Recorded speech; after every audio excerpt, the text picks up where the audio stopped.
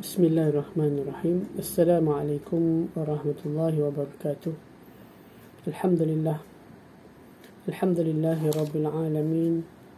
Nahmaduhu wa nasta'inuhu wa nastahdihi wa nastaghfiruh. Wa na'udzu billahi min shururi anfusina wa min sayyiati a'malina. Man yahdihillahu fala mudilla lahu wa man yudlil fala hadiya lahu. Asyhadu an la ilaha illallah wahdahu la syarika lahu. وأشهد أن محمدا عبده ورسوله اللهم صل وسلم على سيدنا محمد وعلى آله وأصحابه ومن تبعهم بإحسان إلى يوم الدين. Amma ba'd. Alhamdulillah yang dimuliakan seluruh saf jawatan kuasa serta para jemaah surau Al-Falah, damai perdana, dan para penonton yang dikasihi Allah sekalian. Pertamanya, marilah sama-sama kita memanjatkan rasa bersyukur kehadrat Allah Subhanahu wa taala di atas kesempatan pada kali ini untuk sama-sama kita meneruskan pengajian ilmu kita secara online, iaitu kuliah takmil kita. Mudah-mudahan ianya menjadi asbab kebaikan yang besar daripada Allah Subhanahu wa taala, seperti mana sabda Nabi sallallahu alaihi wasallam, "May yuridillahu bihi khairan yufaqihu fid din."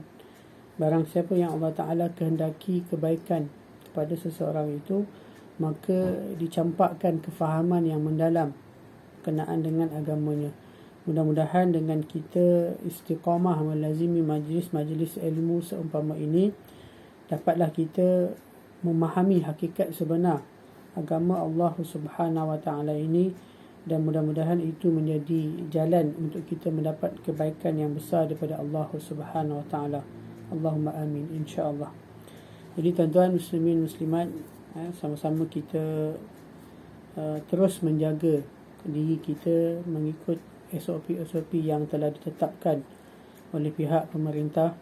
Mudah-mudahan sama-sama dapat kita mencegah penularan COVID-19 dalam negara kita khususnya, dan dalam masa yang sama tak lupa juga kita berdoa dan memunajat kepada Allah Subhanahu wa taala untuk mengangkat musibah yang menimpa kita pada ketika ini.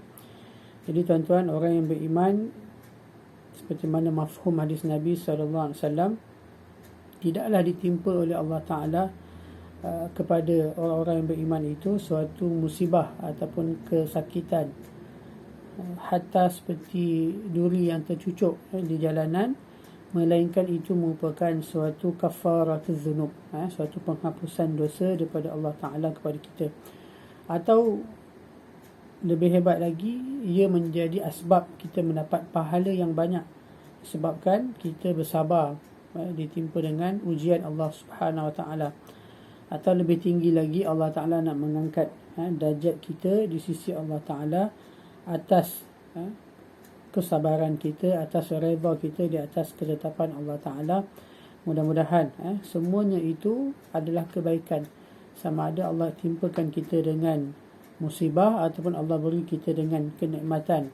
Maka kedua-dua itu adalah keuntungan bagi orang yang beriman. Jadi orang beriman ini dalam apa juga keadaan, dia mendapat keuntungan daripada Allah Subhanahu wa taala. Mudah-mudahan kita juga termasuk daripada golongan ini, insya-Allah. Jadi pada pertemuan kali ini kita akan teruskan kembali pengajian kitab Stikah Hadis Rasulullah sallallahu alaihi wasallam, yang mana kita masih lagi di dalam tajuk wajib berpegang teguh kepada kitab Allah dan juga as-sunnah Nabi sallallahu alaihi wasallam. Kita masih dalam jilid muqaddimah, hadis yang keempat. An Abi Hurairah radhiyallahu anhu an Nabi sallallahu alaihi wasallam annahu qala taraktu fikum amrayni lan tadillu ma tamassaktum bihima kitaballahi wa sunnata Rasulillah sallallahu alaihi wasallam. Rawahu Imam Ahmad.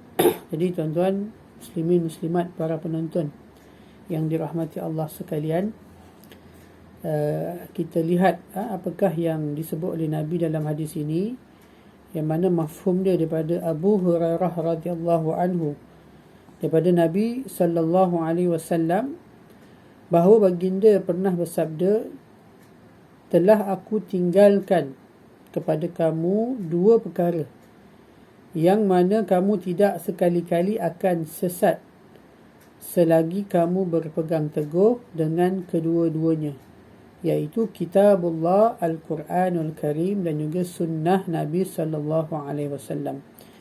Jadi tuan-tuan, ketika mana Sayyidina Abu Bakar mendengar hadis ini, dia merasa sedih. Sebab apa sedih tuan-tuan? Sebab dia faham bila mana Nabi sebut, telah aku tinggalkan kepada kamu dua perkara. Jadi ucapan ini menunjukkan apa? Nabi akan tinggalkan.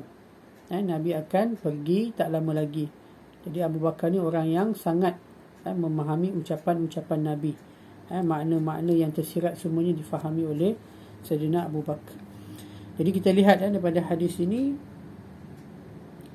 ada dua pengajaran penting yang boleh kita ambil, iaitu yang pertama berkenaan pusaka peninggalan baginda Rasulullah sallallahu alaihi wasallam yang kekal abadi, dan pengajaran yang kedua iaitu kitabullah, Al-Quran dan sunnah Nabi sallallahu alaihi wasallam menjamin keselamatan umat Islam. Bagi mereka yang mengikuti jalan ini adalah satu jaminan keselamatan daripada baginda Nabi sallallahu alaihi wasallam. Jadi kita lihat huraian daripada pengajaran yang pertama, iaitu pusaka peninggalan Rasulullah sallallahu alaihi wasallam. Baginda tidak meninggalkan harta benda yang menjadi pusaka kepada waris-warisnya. Sebagai seorang Rasul Allah, baginda diberi mukjizat-mukjizat yang membuktikan kerasulannya, dan mukjizat-mukjizat itu habis apabila berlalunya masa. Kita dengan Nabi SAW telah ditinggalkan lebih daripada 1400 tahun. Jadi semua mukjizat-mukjizat Nabi kita tak melihat, kecuali satu, iaitu mukjizat yang paling agung, mukjizat yang paling hebat daripada mukjizat-mukjizat Nabi. Ada pandangan mengatakan Nabi memiliki ataupun dianugerahkan Allah Ta'ala lebih kurang 300 mukjizat. Dan di antara 300 mukjizat itu, mukjizat yang paling agung, yang paling hebat ialah Al-Quran, yang mana kekal hingga hari ini, bahkan sampai hari kiamat. Yang ini sampai kepada kita, mukjizat ini sampai kepada kita. Jadi baginda tidak meninggalkan harta benda kepada ahli waris keluarga baginda, kerabat baginda, hatta kepada umat. Tetapi baginda diberi mukjizat, walaupun mukjizat-mukjizat Nabi selain daripada Al-Quran itu telah pun habis dengan berlalunya masa, tidak dapat disaksikan oleh orang-orang yang terkemudian, kecuali satu mukjizat yang kekal hingga ke hari kiamat, yang lebih berguna daripada segala harta benda, bukan sahaja untuk waris-waris Nabi, bahkan untuk sekalian umat manusia keseluruhannya dalam segala tempat dan segala zaman. Jadi manfaat mukjizat Al-Quran ini tuan-tuan, dia dapat diambil oleh seluruh manusia, di mana-mana sahaja mereka berada dan di mana-mana zaman mereka hidup. Jadi semua mereka ini mendapat manfaat yang begitu besar daripada mukjizat Al-Quranul Karim. Jadi tuan-tuan, peninggalan itu adalah kitab Allah Ta'ala, Al-Quran, yang diwahyukan kepadanya, iaitu kepada baginda Nabi SAW. Dan begitu juga sunnah yang meliputi perkataan, perbuatan dan takrir, iaitu ketiadaan larangan Nabi. Seperti mana pengakuan Nabi di atas satu perbuatan sahabat. Contohnya tuan-tuan, ketika mana Nabi melihat para sahabat memakan daging dhab, biawak padang pasir, lalu Nabi tak melarang. Kalau Nabi melarang bermakna tak dibenarkan. Jadi Nabi mengiktiraf ataupun mengharuskan memakan biawak padang pasir ataupun dhab, iaitu para sahabat memakan. Tetapi Nabi tak makan. Jadi walau Nabi tak makan, tetapi Nabi membiarkan. Jadi ini menunjukkan pengakuan Nabi, ataupun kita sebut takrir, takrir Nabi. Jadi ini pun termasuk dalam sunnah ataupun hadis Nabi SAW. Jadi inilah pusaka peninggalan Nabi SAW yang begitu berharga. Seperti mana yang Nabi sebut dalam matan hadis tadi itu, yang mafhum dia, telah aku tinggalkan kepada kamu dua perkara. Dua perkara yang mana kamu sekali-kali tidak akan sesat selama-lamanya, iaitu sampailah hari kiamat.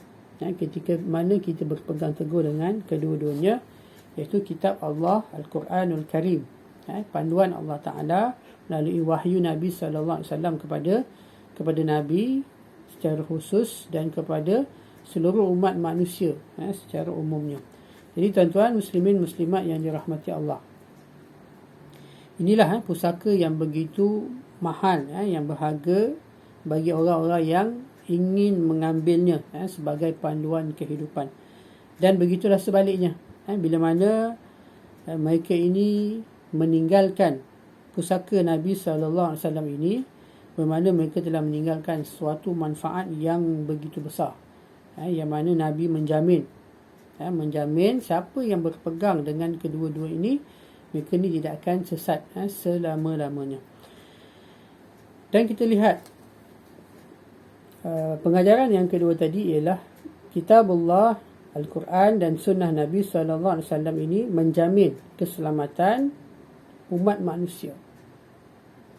Jadi ketika mana Nabi menyebut kamu lan tadillu, perkataan lan di sini tuan-tuan dalam pengajian bahasa Arab nahwu, lan di sini ialah penafian mustakbal. Maksudnya apa? Dia menafikan sampai bila-bila, dulu, kini dan selamanya. Jadi lan tadillu, kamu tidak akan sesat selama-lamanya. Ini jaminan daripada Nabi, yang mana tidak ada mana-mana orang yang mampu memberi jaminan seperti mana Nabi memberi jaminan. Bahkan jaminan ini, jaminan keselamatan ini bukan sahaja di dunia, bahkan di akhirat. Jadi tak ada orang yang boleh bagi keselamatan di dunia dan akhirat melainkan bagi Nabi seorang sahaja. Jadi Nabi memberi jaminan sesiapa yang berpegang dengan kedua-duanya, iaitu panduan Al-Quran daripada Allah Ta'ala dan juga sunnah Nabi SAW, yang mana sunnah Nabi ini adalah yang menterjemahkan perbuatan Nabi, perkataan Nabi, takrir Nabi ini menterjemahkan kefahaman Al-Quran itu sendiri. Al-Quran itu adalah suatu mukjizat dalam bentuk tulisan daripada Allah Ta'ala, dan Nabi menterjemahkan, iaitu sunnah menterjemah Nabi, perbuatan Nabi itu, perkataan Nabi dan juga takrir itu menterjemahkan Al-Quran itu dalam kehidupan realiti. Jadi Nabi itu sendiri adalah Quran yang bergerak. Jadi sunnah-sunnah Nabi itu adalah penterjemahan, penerangan, penafsiran kepada isi kandungan Al-Quran. Jadi bila mana kita berpegang dengan kedua-duanya ini, selamatlah kita. Itu yang kadang-kadang kita pelik. Ada golongan yang anti hadis.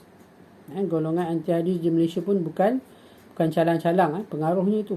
Kita lihat banyak juga di kalangan golongan profesional yang terjebak dalam kesesatan golongan-golongan anti hadis ini. Jadi bagaimana mungkin mereka ini menerima Al-Quran tetapi mereka ini menolak As-Sunnah? Sedangkan perbuatan Nabi, perkataan Nabi dan juga pengakuan Nabi itulah yang menterjemahkan isi kandungan Al-Quran yang sebenar-benarnya. Mustahil Nabi menyesatkan ataupun menyesongkan ajaran Al-Quran melalui sunnah-sunnah baginda. Jadi tuan-tuan muslimin muslimat, para penonton yang dirahmati Allah, jaminan keselamatan yang diberi melalui kitabullah Al-Quran dan juga sunnah Rasulullah SAW itu ialah dengan jalan tiap-tiap seorang itu mengamalkan sendiri segala ajaran kedua-duanya. Jadi bagaimana kita nak selamat tuan-tuan? Tidak lain dan tidak bukan dengan kita mengamalkan sendiri. Kita memahami, mempelajari, memahami dan faham barulah kita mengamalkan dengan seluruh ajaran daripada Quran dan hadis.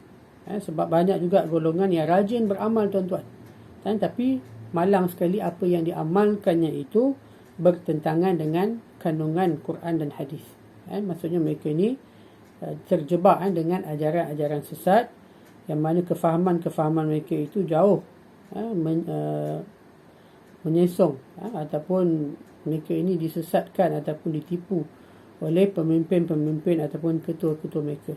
Kita lihat di Selangor khususnya tuan-tuan, terlalu banyak golongan ataupun ajaran sesat yang tumbuh seperti cendawan selepas hujan. Banyak tuan-tuan, kalau kita lihat ajaran-ajaran sesat yang telah digazetkan oleh JAIS. Begitu juga dengan negeri-negeri lain tuan-tuan. Jadi banyak sangat ajaran-ajaran sesat yang mana mereka ini beramal, tetapi amalan mereka itu tidak bertepatan dengan hakikat Quran dan juga hadis Nabi SAW. Jadi bagaimana nak selamat, kita amalkan. Tetapi bagaimana nak amalkan, sebelum daripada itu kita kena wajib mempelajari dan memahami. Kerana itulah tuntutan menuntut ilmu itu tuan-tuan, fardu ain ke atas setiap orang. Dia bukan fardu kifayah. Sebahagian orang lah dah mengaji, ayah dah mengaji, mak dah mengaji, anak-anak tak payah, tak. Tapi setiap orang yang beriman itu wajib dia mempelajari. Utlubul ilma faridatan ala kulli muslim. Nabi menyebut menuntut ilmu iaitu khususnya ilmu agama. Ilmu-ilmu yang asas tentang Islam ni, tentang Quran, tentang hadis, tentang tauhid, fiqh dan juga akhlak, ini di antara perkara yang asas dalam agama. Jadi menuntut ilmu ini adalah wajib, fardu ain, wajib ke atas setiap orang, every single, bab kata orang putih lah. Jadi setiap orang itu wajib mempelajari ilmu ini untuk apa? Untuk dia selamat, untuk dia faham dan untuk dia amal dengan tidak terpesong daripada ajaran Islam yang sebenar. Jadi inilah jalan yang dapat menyelamatkan seseorang itu, dengan cara dia mengamalkan sendiri ajaran kedua-duanya. Tak memadai kita membaca sahaja, ataupun kita mengaji, ataupun kita bertilawah Al-Quran, tetapi kita tak faham maksud dan tidak mengamalkan. Jadi dia mesti amalkan, dan sebelum daripada amalkan tu dia kena belajar, dia kena faham isi kandungan Quran dan hadis terlebih dahulu, kemudian dia beramal dengan yakin berdasarkan apa yang Nabi ajarkan kepada kita. Kemudian mereka yang menghalalkan apa yang dihalalkannya, iaitu Quran dan hadis, dan mengharamkan apa yang diharamkan Quran dan hadis. Ini juga bila mana kita memahami isi kandungan Quran dan hadis, apa yang Allah Ta'ala halalkan, yang tu kita buat. Apa yang Allah Ta'ala haramkan, yang tu kita tinggalkan. Jangan apa yang Allah Ta'ala halalkan, kita haramkan. Apa yang Allah haramkan, kita halalkan. Wala'udzubillah. Perbuatan seperti ini termasuk dalam perkara-perkara yang boleh membatalkan syahadah. Allah menghalalkan, contohnya apa? Allah menghalalkan poligami. Contohlah, benda ni isu yang sensitif lah. Allah menghalalkan poligami, kita mengharamkan poligami. Jadi kita telah mengharamkan sesuatu yang dihalalkan oleh Allah Subhanahu Wa Taala. Sedangkan perbuatan menghalal dan mengharamkan ni adalah perbuatan Tuhan. Bila mana kita boleh membatalkan suatu perbuatan Tuhan, kita telah meletakkan diri kita ni setaraf dengan Tuhan. Kalau tak suka, senyap. Tak suka untuk suami sendiri, tak apa. Jangan kita buat kempen, kempen monogami. Ada kan pernah sebelum ni, kempen monogami. Jadi Allah Ta'ala menghalalkan poligami, dia mengharamkan poligami. Jadi ini termasuk dalam perkara yang sampai boleh merosakkan akidah. Ataupun mengharamkan sesuatu yang dihalalkan. Contohnya apa tuan-tuan? Allah Ta'ala mengharamkan riba, tapi kita menghalalkan riba. Kononnya untuk mendapatkan keuntungan. Wala'udzubillah. Allah mengharamkan arak, kita menghalalkan arak dengan syarat ada permit. Ini juga banyak berlaku tuan-tuan. Wala'udzubillah. Jadi perkara-perkara seperti ini, dia boleh merosakkan akidah, bahkan boleh membatalkan syahadah kita. Termasuk dalam perbuatan-perbuatan yang menyekutukan Allah Subhanahu Wa Taala, sebab kita telah mengambil tugas Tuhan, yang mana Allah sahaja yang boleh menghalalkan dan mengharamkan sesuatu. Bukan dengan jalan menyimpan kedua-duanya, iaitu Quran dan hadis, di rumah untuk diambil berkat sahaja. Itu pun tak kena. Ini pun banyak berlaku tuan-tuan. Punyalah dia simpan, punyalah dia memulakan Quran dan hadis, dia simpan tinggi-tinggi tuan-tuan. Letak atas almari, letak atas rak yang paling tinggi sekali, sampai dia pun dah tak ingat letak kat mana. Berdebu tuan-tuan, berdebu. Itu iklim, nyanyi lagu apa, suci dalam debu tuan-tuan. Tahun depan bulan Ramadan baru dia ingat, Quran kat atas almari, Quran atas rak yang paling tinggi. Nak ambil waktu tu dah berdebu. Setahun sekali baca. Itu pun bulan Ramadan. Lebih dahsyat tak baca langsung. Itu pun ada juga tuan-tuan. Jadi kita memulakan Al-Quran bukan dengan sahaja kita mengambil berkat dengan keberadaan Quran dan hadis dalam rumah kita, tetapi kita baca, kita hayati dan kita amalkan. Inilah jalan yang ditunjukkan oleh Nabi untuk kita mendapatkan keselamatan seperti mana yang dijanjikan oleh baginda. Bukan dengan jalan dibaca, bukan dengan jalan dibaca sahaja atau dengan tujuan yang lain daripada mencari keredaan Allah Azza wa Jalla. Kalau baca Quran, dia tak simpan tinggi-tinggi, dia baca setiap hari. Tetapi baca sekadar baca, tuan-tuan. Yang lebih dahsyat lagi, baca untuk riak. Baca untuk menunjuk-nunjuk disebabkan Allah bagi dia kurnia suara yang sedap. Pandai bertilawah dengan tartil yang sempurna. Tetapi bukan untuk mencari keredaan Allah Ta'ala, tetapi untuk mencari keredaan manusia. Wali'auzubillah. Jadi perbuatan ini juga terkeluar daripada jaminan Nabi SAW. Jadi baca hendaklah dengan tujuan semata-mata mencari keredaan Allah, mendapatkan kefahaman daripada Allah Subhanahu Wa Taala. Jadi kena sentiasa betulkan niat kita. Dalam apa juga keadaan, tuan-tuan, syaitan akan cuba untuk merosakkan niat kita. Jadi kita kena istighfar, kita kena tajdid, kena perbaharui niat kita sentiasa dengan apa juga perbuatan. Ini orang-orang beriman ni dia sentiasa berwaspada dengan niat. Sebab niat itu menentukan segala amalan kita. Seperti mana Nabi sebut, innamal a'malu binniat. Setiap amalan kita itu bergantung kepada niat. Walaupun zahir perbuatan itu baik, tetapi kalau niatnya itu tak baik, niatnya itu bukan kerana Allah Ta'ala, bukan untuk mencari redha Allah Ta'ala, dia bukanlah kebaikan di sisi Allah Subhanahu Wa Ta'ala. Walaupun dia membaca Quran, walaupun dia solat tahajud, walaupun dia solat fardu, kalau niatnya bukan mencari keredaan Allah Ta'ala, dia bukanlah suatu kebaikan di sisi Allah Ta'ala. Dan bukan pula dengan jalan menumpang amalan orang lain. Baca Quran dia tak nak, tapi diminta orang lain bacakan, kemudian hadiahkan untuknya. Ini pun bukan jalannya. Walaupun di antara anak dan ayah, walaupun di antara anak dan ayah, atau di antara isteri dan suami. Jadi bukanlah kita nak cari jalan keselamatan ini dengan kita tompang. Tompang, kita minta orang doakan kat kita minta orang hadiahkan, walaupun anak isteri kita, hadiahkan kepada kita, walaupun itu salah satu daripada jalan yang mana Nabi sebut, apabila meninggalnya seorang anak Adam itu terputuslah semua amalannya kecuali melalui 3 jalan. Antaranya ialah anak yang soleh, amalan-amalan anak yang soleh. Tetapi sejauh mana kita boleh memastikan amalan anak kita itu diterima? Yang lebih selamat ialah kita sendiri yang buat, kita sendiri yang beramal, kita sendiri yang menghayati isi kandungan Al-Quran. Yang ini yang dijamin, yang Nabi jamin mereka ini akan dapat keselamatan. Tidaklah seperti keadaan keselamatan dalam alam dunia yang nyata ini, yang biasanya seseorang yang lebih kuasanya boleh memberi perlindungan selamat kepada orang lain yang dia kehendaki. Jadi disebut oleh pengarang kitab ini dihuraikan keadaan kehidupan di dunia tak sama dengan akhirat. Tak sama. Kalau di dunia ini orang yang ada kelebihan, dia boleh beri perlindungan kepada orang lain. Dia boleh upah jaga, guard untuk jaga rumah dia. Dia boleh upah bodyguard untuk jaga keselamatan dia. Sebab dia ada kelebihan duit, dia ada pengaruh, dia ada pangkat. Tetapi di akhirat nanti, tuan-tuan, tidak sedemikian. Melainkan amalan kita sendiri yang akan menyelamatkan kita.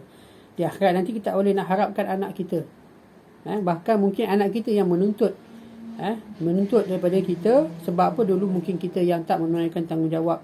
Isteri menuntut hak yang tidak kita tunaikan. Bukan dia menyelamatkan kita, bahkan dia menjadi asbab untuk kita ni didakwa di hadapan Allah Ta'ala. Jadi di akhirat nanti yang paling pasti boleh menyelamatkan kita ialah amalan kita sendiri, tuan-tuan. Sejauh mana kita beramal dengan ajaran Quran dan hadis, itulah yang akan menyelamatkan kita. Seperti mana Nabi sebut, Nabi memberi jaminan. Bukan saja Nabi sebut, bahkan Nabi bagi jaminan, inilah benda yang boleh menyelamatkan kita di dunia dan akhirat, selagi mana kita berpegang teguh dengan kedua-duanya ini. Walau di mana saja kita berada, walau di zaman mana kita ada. Jadi kalau kita hidup di zaman Dajjal sekalipun, wali'auzubillah, yang mana Nabi sebut inilah antara fitnah yang paling besar di akhir zaman, iaitu fitnah Dajjal laknatullah. Tetapi bila mana kita berpegang teguh dengan Quran dan hadis ini, insya-Allah iman kita terselamat daripada fitnah Dajjal, daripada tipu daya Dajjal yang begitu licik. Ini satu jaminan daripada Nabi. Usaha untuk mencapai keselamatan yang sejati ialah berpegang teguh kepada ajaran-ajaran Kitabullah Al-Quran dan jalan pimpinan Rasulullah sallallahu alaihi wasallam. Jadi tuan-tuan, usaha inilah yang dapat membantu kita untuk kita mencapai keselamatan yang sejati, keselamatan yang sebenar-benarnya, iaitu dengan kita berpegang teguh kepada keseluruhan ajaran Kitabullah Al-Quran. Bukan pilih. Ada orang dipilih-pilih tuan-tuan. Allah Ta'ala menyebut dalam Al-Quran, afatu'minuna bi ba'dil kitab wa takfuruna bi ba'd. Apakah kamu beriman dengan sebahagian ayat yang lain dan kamu kufur dengan sebahagian ayat yang lain? Ini juga termasuk golongan-golongan yang sesat tuan-tuan.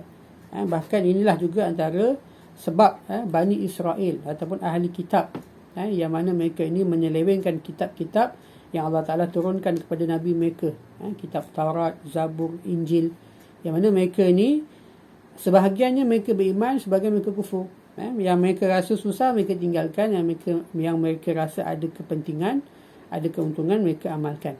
Ini golongan-golongan yang Allah Ta'ala murka, yang Allah Ta'ala laknat. Jadi janganlah kita juga termasuk. Ada ayat-ayat Allah Ta'ala yang kita beriman, ada ayat-ayat yang ada juga ayat-ayat Allah Ta'ala yang kita tolak ataupun kita tidak mahu amalkan dalam kehidupan kita dengan pelbagai alasan. Dengan pelbagai alasan yang kita cipta semata-mata untuk memuaskan hawa nafsu kita. Wali'auzubillah. Jadi kita kena berusaha tuan-tuan. Sama-sama kita berusaha dengan kesungguhan untuk kita mengamalkan keseluruhan ajaran daripada Al-Quran dan juga hadis Nabi sallallahu alaihi wasallam. Tapi sebelum kita mampu untuk beramal, kita wajib untuk mempelajari.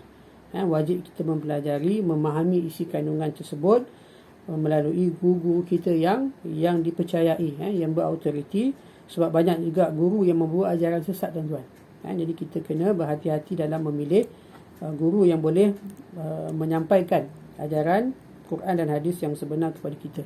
Jadi tuan-tuan, demikianlah pengajaran daripada hadis kita pada pertemuan ini, iaitu berkaitan dengan kewajipan kita berpegang teguh kepada Kitabullah Al-Quran dan juga sunnah Nabi sallallahu alaihi wasallam.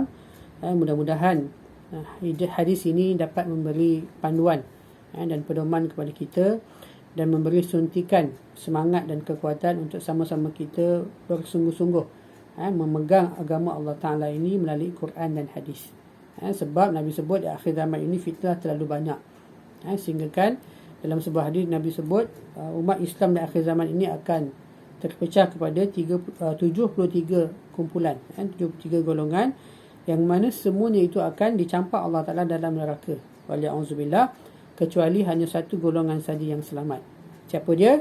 Itu golongan yang mengikut sunnah Nabi sallallahu alaihi wasallam, termasuklah Quran dan juga sunnah para sahabat Nabi sallallahu alaihi wasallam.